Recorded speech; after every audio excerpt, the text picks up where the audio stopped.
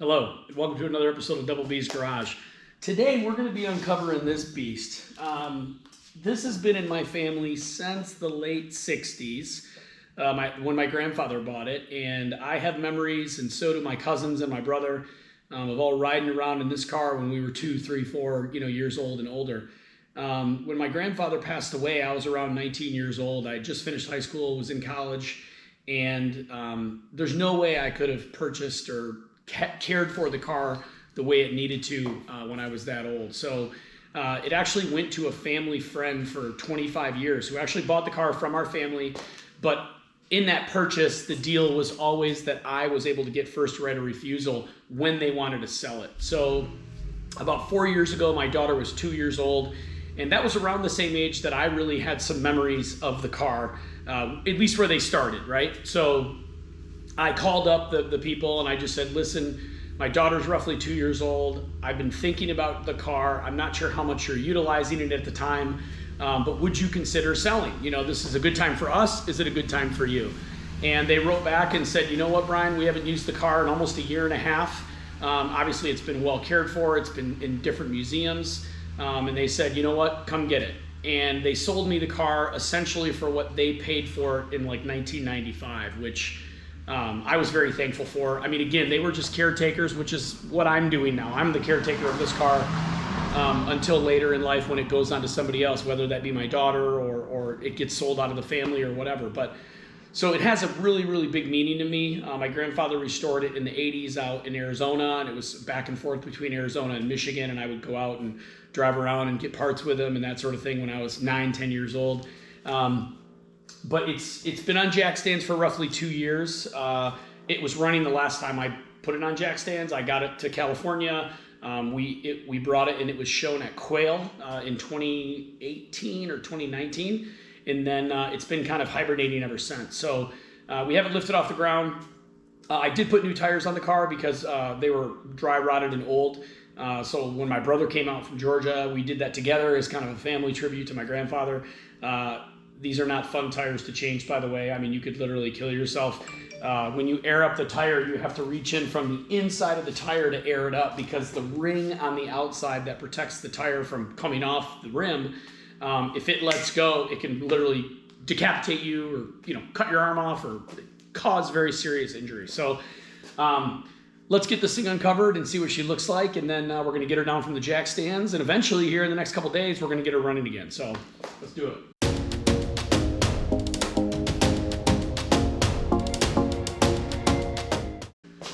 So there she is. It is a 1912 Buick. This is essentially a 110-year-old vehicle. I mentioned earlier my grandfather restored the vehicle in the early 80s. It took him about 8 or 9 years to do it. But new tires, wood wheels. It's just a beautiful car. These are kerosene, and these would be acetylene. There's an acetylene tank over there. When my grandfather restored the car, he didn't activate any of these. They would work if we filled the tank, but when you start heating these up, they discolor the lights, and they, obviously, like everything, when it gets used, it doesn't look as good as it did when it was brand new. So knowing that he's never going to really drive this car at night, there was really no need to kind of get the system filled or utilize them, but the tank was redone. Everything is good to go. So we are going to get this thing off the jack stands and see what she looks like on her own weight.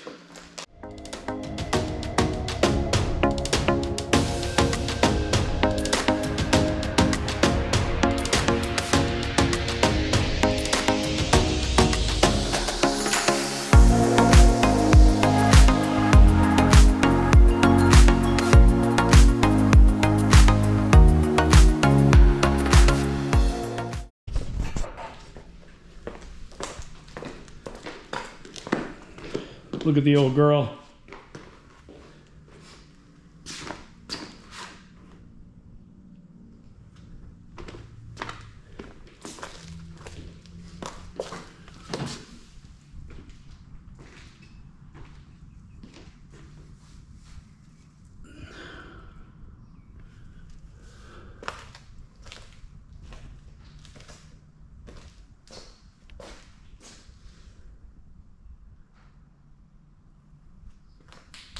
we keep that pedal in here. The clutch is made of leather.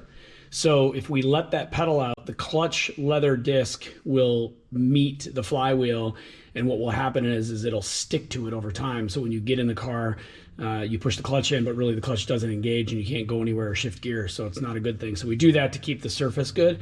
And then down there, that little button is actually a cutout for the muffler. It allows you to make the muffler louder. I guess that's the performance modification for the 1912. But here's the magneto. You can go to run, start, and then run. And then right here is an oil gauge that when there's oil, when the car is running, there's oil circulating in there. And that's how you know your motor has oil. So this is, I think it's like 4,900 miles since new. Clock still works. You just got to wind it up. We'll get this thing, open the garage door here, and then we're going to move it around.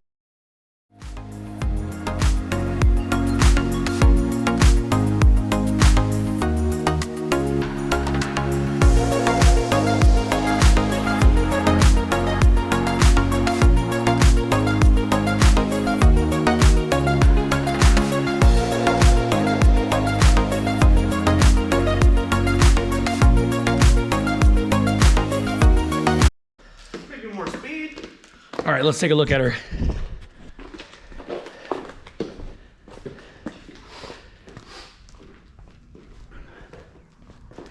Dusty. She's pretty though. We'll get her inside. I'll be back in a minute here.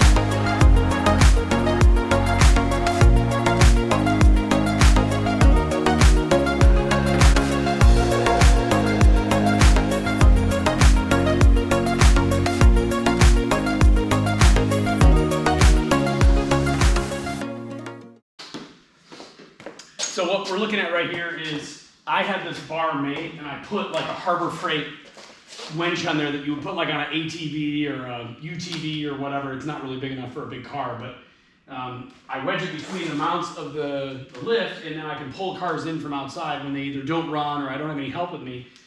But the battery that's been sitting over there is apparently 9 volts, so it's not enough to move this thing. So I'm gonna get a charger on the battery and then connect it, and hopefully it'll work.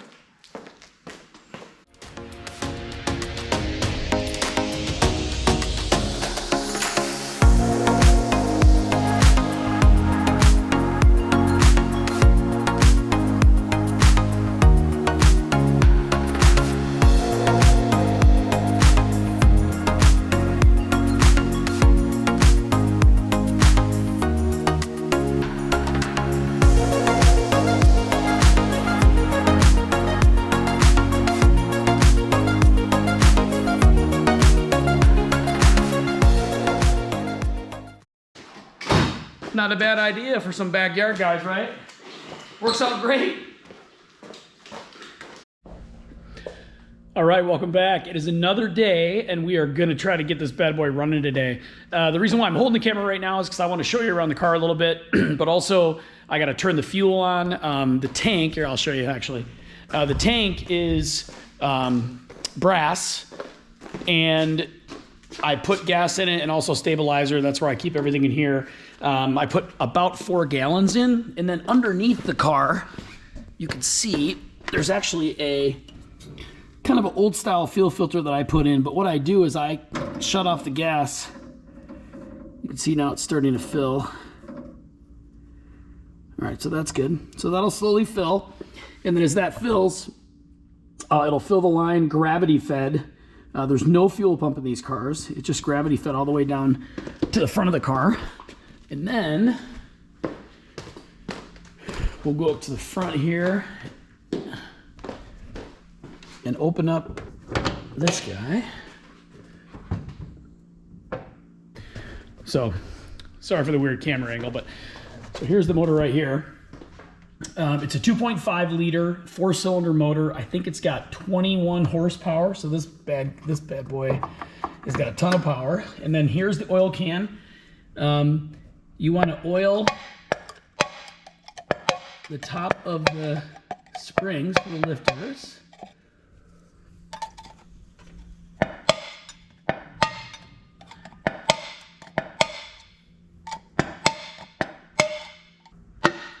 And then these are actually grease fittings that you turn about halfway down. I fill them up with grease and then they're good to go. There is the Schleppler carburetor down there. And then I need to put this back and actually open up the fuel. Now I'll open up this guy. And then this, weirdly enough, is actually the key to the car. This is your key back in 1912. Isn't that crazy? And believe it or not, I actually have a spare. Some car these days don't even come with a spare key. And then there's one that says mag and one that says battery. Battery. And then the last thing we need to do is adjust the spark or the timing or whatever on the steering wheel along with the throttle. So up here, this is the spark and this is the throttle. So typically what we do is we advance the idle so it's a little higher, and then we put this back down here, and then once the car's running we adjust to be more in line, and then this is your throttle. There's also a throttle on the floor. All right, so you have to engage in half gear.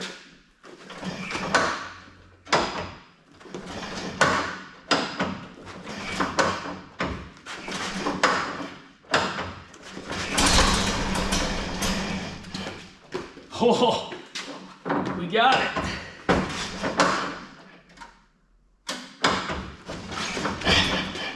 So you got to be careful. That thing will come back at you.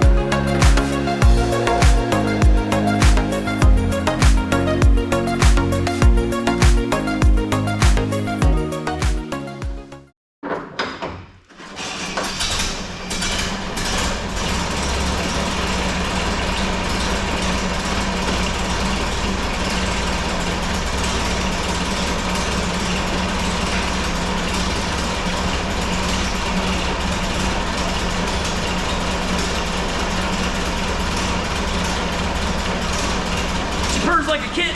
That's awesome. We got her going.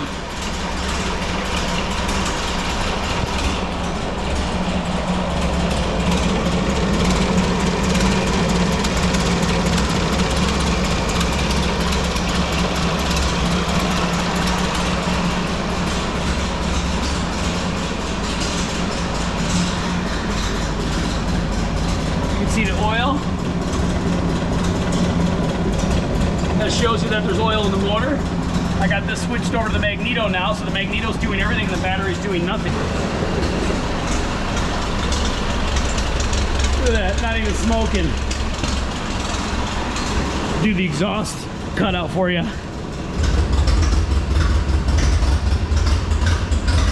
That's the real muscle right there.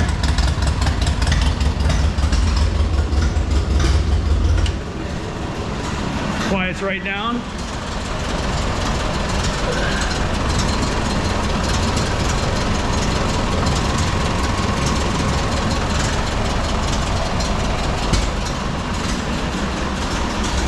want to let it warm up a little bit, and then later on we'll take it for a drive. You can see where the fuel was leaking, but it's not dripping anymore.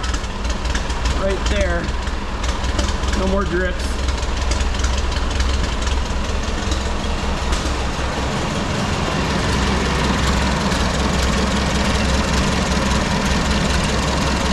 Otherwise, she runs and looks amazing. Thanks so much for joining me today. This is really a piece of history, you know, for me and my family, but also just an awesome piece of history for everybody that can see it. I love to share this with people, and it's just been under the cover too long. So it's almost done raining here. The clouds are about to come out. Maybe we'll be able to take this for a drive tomorrow or Sunday with my daughter, and we'll put a video up to show you guys. So I appreciate you staying with me today. That was not easy, but it was very, very rewarding. And until the next time, all right? So after this, hopefully driving. All right, Kira, you ready to go for a drive? Yeah. All right, sit over here. Okay. Okay. I'm going to turn the fuel on and get the battery on, okay? Okay. And then we'll go for a little ride. Okay. All right. Why are you wearing gloves? Because I have to start it with my hand, and the glove makes it a little easier for me. Otherwise, it can be difficult to start. Okay.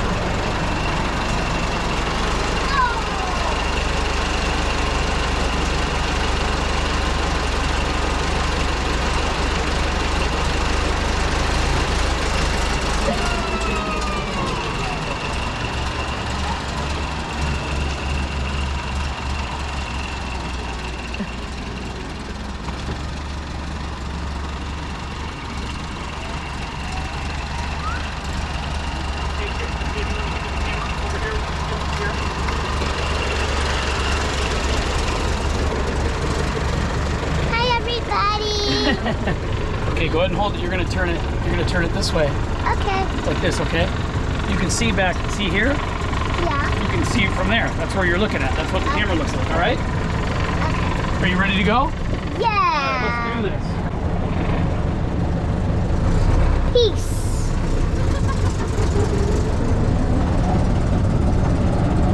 All right, second gear. Let's go film. See? Now. So I'm using the gas pedal down here above my feet. It's in the middle. This is the clutch. This is the brake. This is the magneto. This is how we shift out here. That's the brake, which we're not using, but this is the shifter.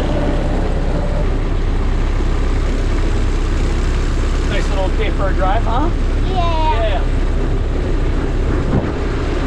Can you believe this car is 110 years old? No, I couldn't. How? Well, you're only 7. Almost 7. Yeah.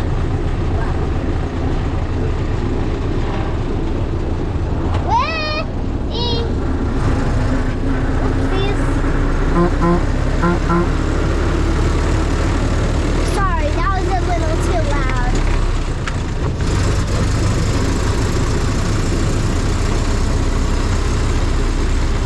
So we're going, that says 15 miles an hour. We're probably going a little faster than that.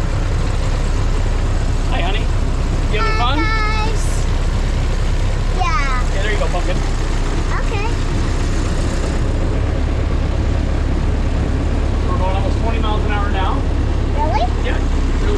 Going nice and slow, relaxing, right? Well, that went really slow.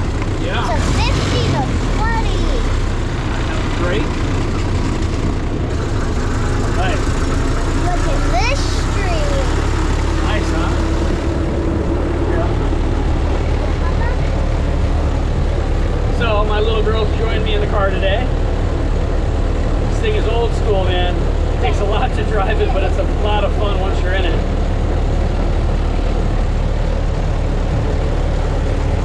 Papa, what is that jewel for? That's a light to tell you if your headlights up so from behind you can tell that it's on.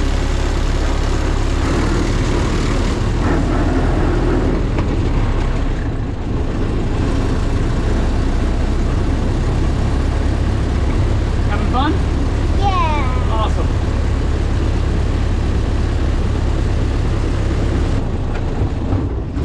Wait.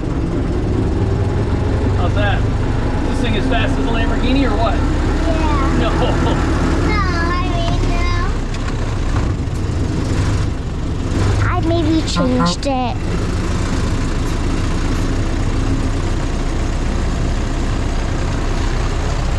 So what do you want to say?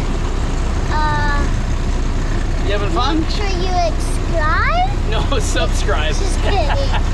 Make sure you subscribe and hit the like button. No, make sure you hit subscribe Subscribe. and hit the like button if you enjoy the video, Like right? button if you enjoy it. Yeah. If you Guys, thanks so don't, much that's for okay. watching. This thing is old, but it's a blast to drive. And I wanted to share it with you, and also so all my family members that are not in my area can still see it and see that it's living and enjoying its life still out here in California. So we really appreciate the support, guys.